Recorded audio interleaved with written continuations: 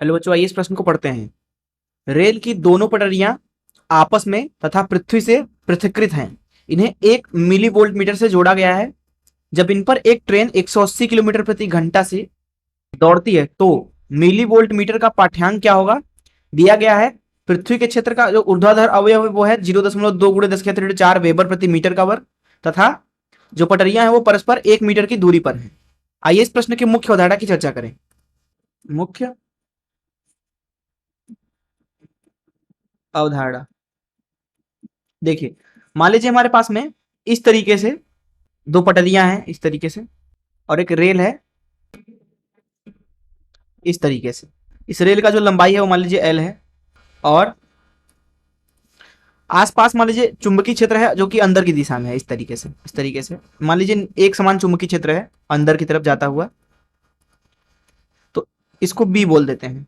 जो यहाँ पे ये छड़ है अथवा रेल है, ये मान लीजिए वी गति से आगे जा रहा है। अब यहाँ पे ध्यान से याद रखें, चुंबकीय क्षेत्र, गति और लंबाई तीनों एक दूसरे के परस्पर लंबवत हैं। तो इस एल लंबाई के छड़ के अंदर जो विभव प्रेरित होता है ई, वो होता है वी एल बी के बराबर।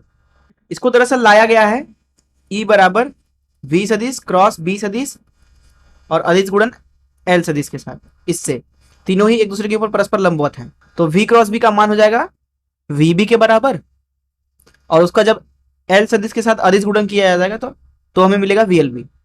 तो इस मुख्य द्वारा चलिए प्रश्न को हल करते हैं। देखिए यहाँ पे प्रश्न में बोला जा रहा है कि हमारे पास में पहले तो रेल बना लेते, पटरियां बना लेते हैं। पटरियां इस तरीके से, पटरियों को मान लीजिए आप ऊपर से देख रहे हैं, तो ट्रेन का जो एक पहिया होता है इस पहले वाले पटरी पे होगा, दूसरा वाला इसके ऊपर होगा, और उनको उसका एक धुरी जोड़ेगा। तो मान लीजिए धुरी इस तरीके से है, इस तरीके से बोला रहे पटरियां एक परस्पर 1 मीटर की दूरी पर है, तो जो ये लंबाई होगा धुरी का वो भी 1 मीटर होगा। 1 मीटर यहां से पूरा यहां तक।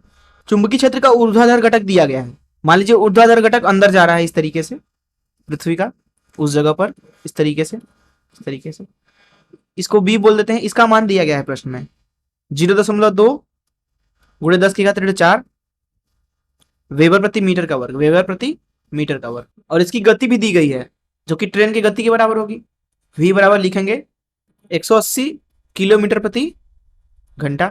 इसको मीटर प्रति सेकेंड में बदल लीजिए। 180 गुणे किलोमीटर को लिख देंगे 10⁻³ मीटर, भागे 1 घंटा को लिख देंगे 60 गुणे 60 सेकेंड। इसलिए यहां से हम बोलेंगे कि जो v होगा वो हो जाएगा 180 भागे 3600 गुणे 10⁻³ मीटर प्रति सेकेंड। अब देखिए ट्रेन काफी लंबा होता है, उसमें कई सारी धुरियां होंगी, इस तरीके से बहुत सारी धुरियां होंगी जो कि v गति से ही आगे जा रही होंगी, लेकिन सबकी लंबाई बराबर है, सबके लिए ऊर्ध्वाधर चुंबकीय क्षेत्र वही है, सबके लिए गति भी वही है। इसलिए सभी में उनके परितः जो विभव उत्पन्न होगा ई, वो समान होगा। इसलिए पटरियों के बीच में भी जो विभवांतर होगा वो ई ही होगा, और ई का मान लिखा जा सकता है यहाँ पे वी एल बी से। और जो यहाँ पे हमने मिली वोल्ट मीटर लगाया हुआ है वो यही ई मापेगा मिली वोल्ट में। तो ई का मान लिखा जाएगा वी, जो कि है इधर देखें तो 180 भागे 3600 गुणे 10⁻³ ये हो गया वी।